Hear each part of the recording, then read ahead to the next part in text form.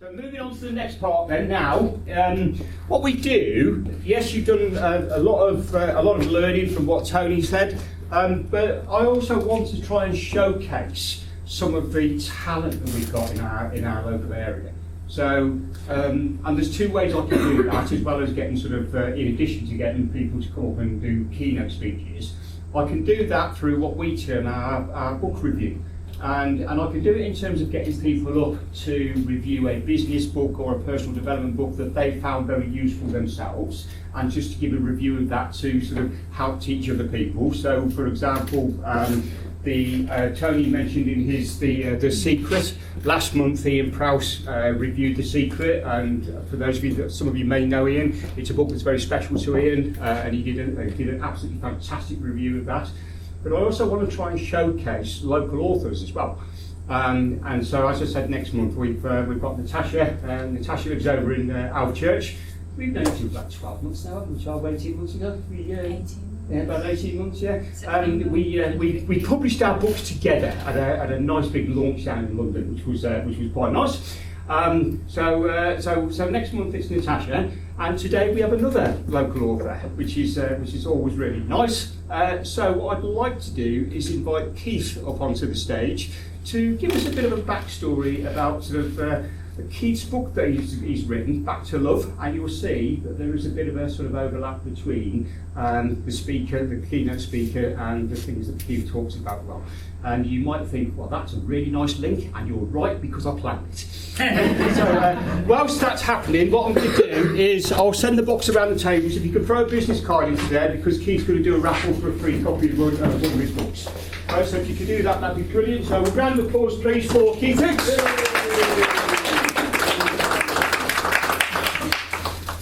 Thank you. And as we're starting with a question, I'm just curious, how many of you are totally happy with every of the main parts in your life, whether it's health, whether it's relationship, whether it's wealth, business success, or goal-achieving success? Is there anybody here that's totally happy with every one of those? As usual, there is nobody that is. Now, have you ever asked yourself why that is? What is holding you back? I'll leave you with that thought for a little while, and we'll come back to it later. Right now, as Mike's asked me to share some of the backstory of my book, I think it's important that I actually share a bit about me first, and then we'll move into the book. Born in Hastings, and most people don't believe that from my accent because there's quite a lot of American there. We'll get into that later. Struggled in my childhood with a father that wanted me to be his shadow, follow in his footsteps, take over his architect's business.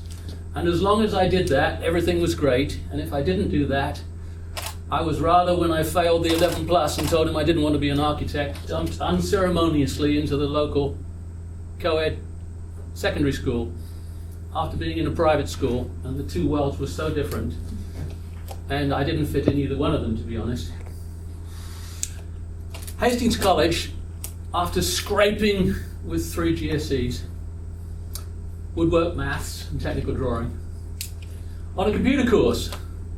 Now, the amazing thing was the computer course in Hastings College was a college that didn't even have a computer in it. We had to speak to the computer in a strange language by punching holes in cards that somebody then took to the local Ministry of Defence building where the nearest computer was.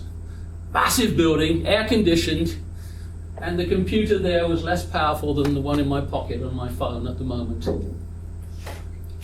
Interestingly enough, our phones are more powerful than the ones that took the Apollo mission to the moon. How they did that then, God only knows, but computing didn't really suit me, and speaking by punching holes in cards just was kind of boring. So I became the social secretary for the Students' Union.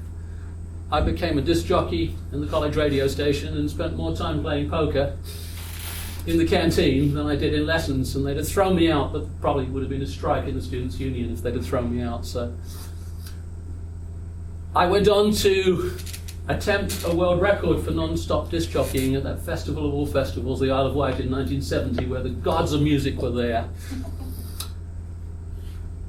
A policeman told me in the middle of the night that they could hear my music on the mainland after the main stage had shut.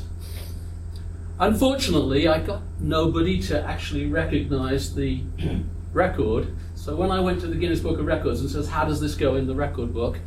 They said, tell us who authenticated it. And as a hippie with hair down to here wearing a bright tartan blanket, there wasn't anybody to actually authenticate that record, so it never stood.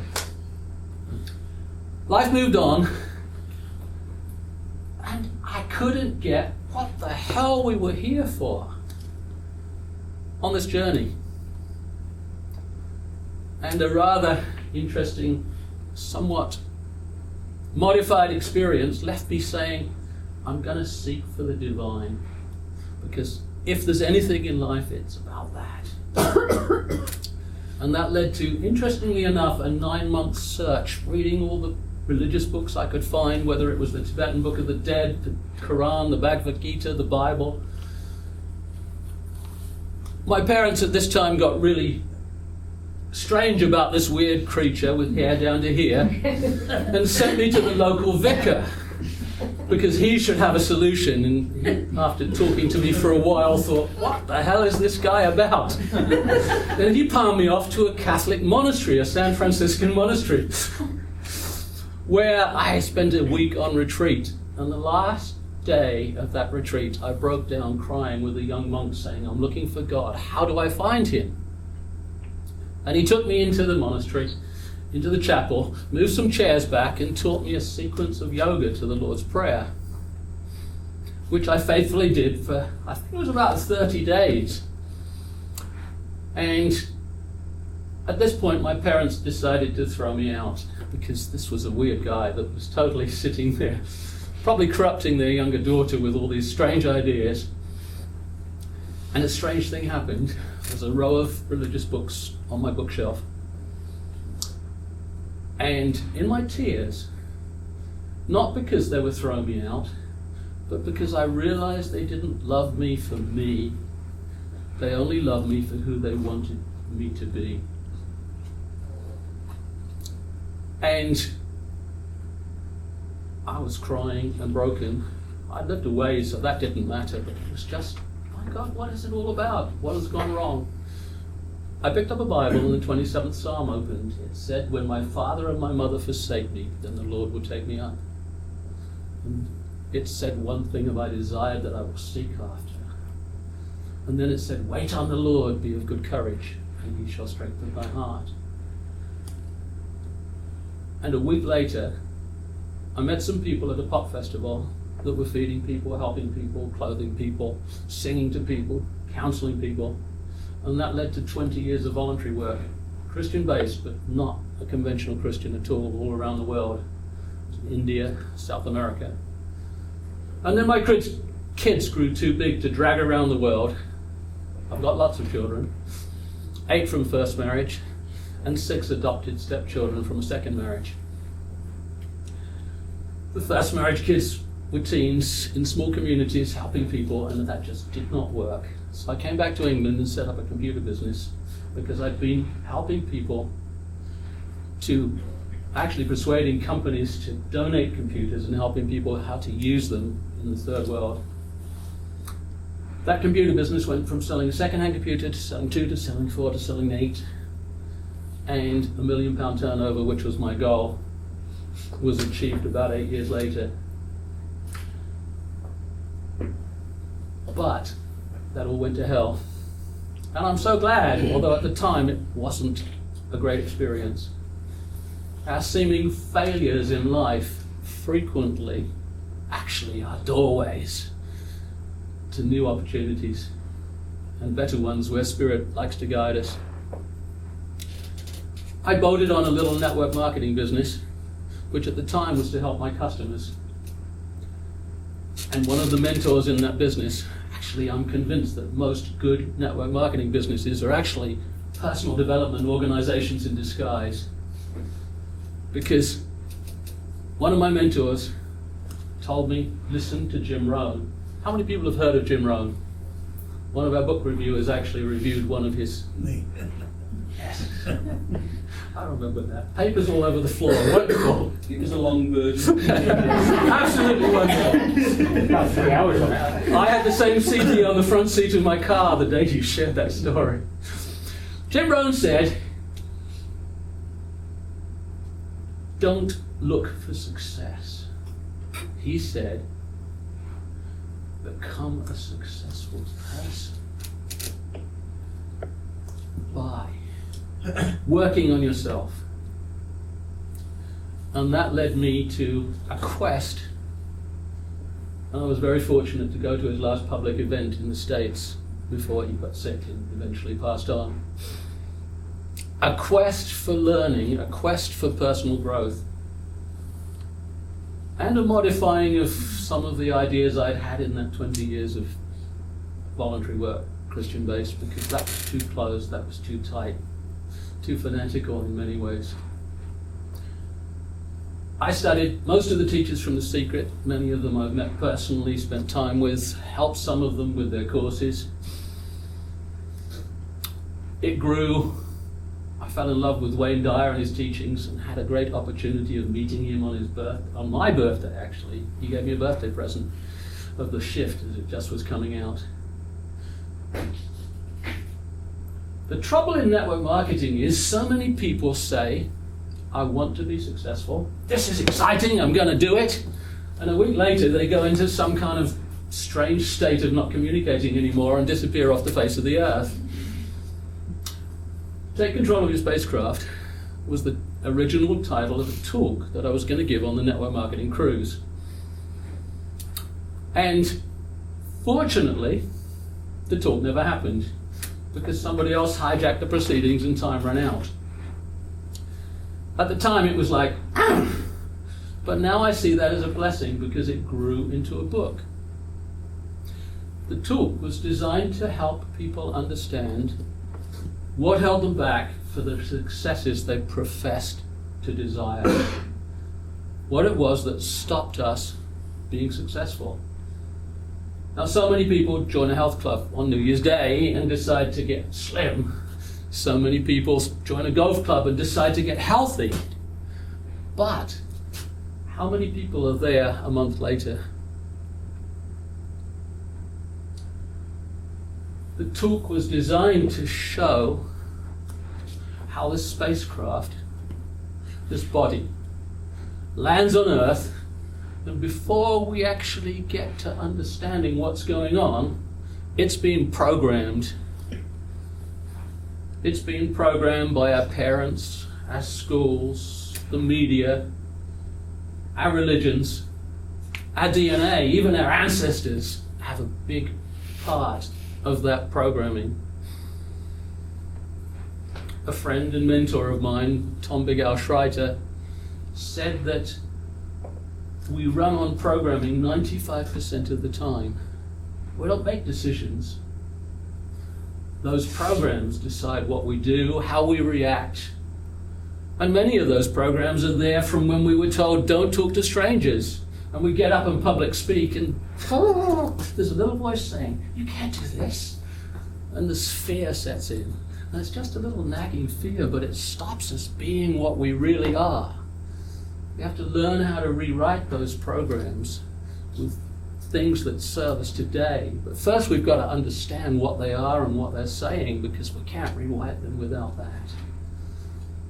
And then Robert Holden said to me, well, actually I said to Robert at one of his events and one of his talks, I'm writing a book, it's called Take Control of Your Spacecraft, what do you think of that title? And he said, that's great, but what's the second part? And I was busy waking up at about 3:30 in the morning, many mornings, with messages, ideas that just wouldn't go away and let me sleep, and I had to write them down. And the book has evolved to 72 short sections, complete in themselves, but as it moved further and further onwards from understanding the spacecraft, tools and lessons I'd learnt listening to the Masters of Personal Development, we stand on the shoulders of giants, don't we? So many people have gone before us. Each one of their bits of wisdom is carried forwards with us as we learn and grow. And then our own take, our own ideas are mixed with that, can provide answers and solutions for today, for people that it resonates with. We are love. That's the only thing in the entire universe, the energy of love. That is this whole thing. And we're a little part, but we're also every part. And within each cell of our body is that same message echoing. Marianne Williamson said, all we really have to do is melt the blocks that hold us back from knowing that we are love. So that's moving toward the end of the book. There's a lot in the book. Understanding what we are, getting over the shit that happens, and then flying back to love at the end. I'll leave you with those thoughts. There's a website, there's a card on your table. I've got books if anybody wants one today. Most of all, I want you to realize that those things that hold you back, those things that stopped you in those successes, you can understand what it is, and you can write your own program. You might need a little bit of help, but it's all there. And really, it's just a few blocks that hold us back from the love that we are.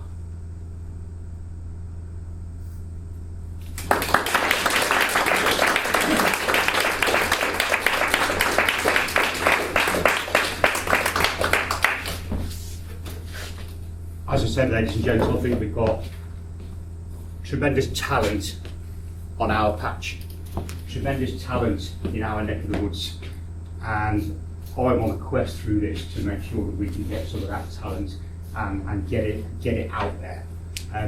Maybe not on your patch from too far, but certainly on this patch. And that's one of the things, and hopefully you can see the link there. So we've started right off with Tony talking about not only what you want, but what do you really want? What do you really want? What are you really striving towards? And we finished there with perhaps some of the barriers that stop us getting there. And some of those barriers can be those things inside us, internally, and that for me is where it comes from full circle. So what I'd like to do is just very quickly, I met a lady a few years ago. I met her at a networking event, and I said to her, have you got any business cards? She said, no, she said, I haven't. I said, whenever I see you at a networking event now, I said, I want you to have a business card. And guess what? She hasn't got a business card today. Right. So, Vicky, would they're you like so to... popular, aren't they? They're giving out. Good answer. So, stretch up and choose a card for us. Choose a winner. Yeah. That's not one. That is Ian. So, Ian, okay, excellent. Okay, so Ian's won the book. Here's a story. He's got a book. Yeah. It's shorter than Shaquille's, don't worry. Somebody said to me, why do you keep, somebody said to me, why do you keep winning raffle prizes? So I put about 20 cards in now. And the reason, well, the first time I won about 18 months ago was a networking event in Birmingham called Bromsgrove Networking. For those of you that are from the Birmingham side, it's a really, really good networking event. It's not a competition, we're all in this together, so it's all good friends. But it's Bromsgrove Networking held in the Grosvenor Casino, second Tuesday of the month, 10 till 12, free coffee. Great thing also is about joining that place is if you join the casino, free car park every time you go on Broad Street. Worth its weight in gold. Anyway, so I win a bottle of wine. So I go to the lady, like I will do, I say, thanks very much, I really appreciate you pulling my card out. Do you mind, was it just luck? And she said, no, it wasn't actually. She said, I put my own business card in and I've got the cheapest, crappiest business card that you will ever see. So when I was fumbling around in the box, I searched for a good quality one knowing full well it wasn't mine. So there, get yourself a decent business card. Thank you, Keith.